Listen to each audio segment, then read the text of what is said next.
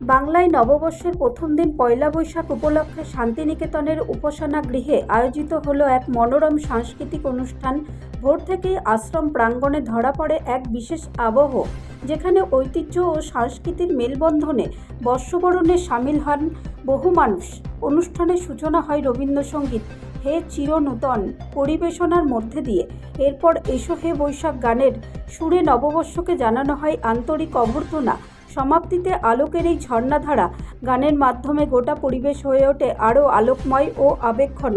শান্তিনিকেতনের প্রাক্তনী আশ্রমিক ও স্থানীয় বাসিন্দাদের পাশাপাশি রাজ্যের বিভিন্ন প্রান্ত থেকে আগত পর্যটকরাও এই অনুষ্ঠানে অংশ নেন। উপস্থিত দর্শনার্থীরা জানান, বছরের প্রথম দিনটি এমন সাংস্কৃতিক পরিবেশে কাটাতে পেরে তারা অত্যন্ত আনন্দিত ও আপ্লুত। বর্ষবরণের এই ঐতিহ্যবাহী আয়োজন আবারও প্রমাণ করল বাংলা সংস্কৃতির হৃদয়স্পন্দন এখনও জীবন্ত শান্তিনিকেতনে।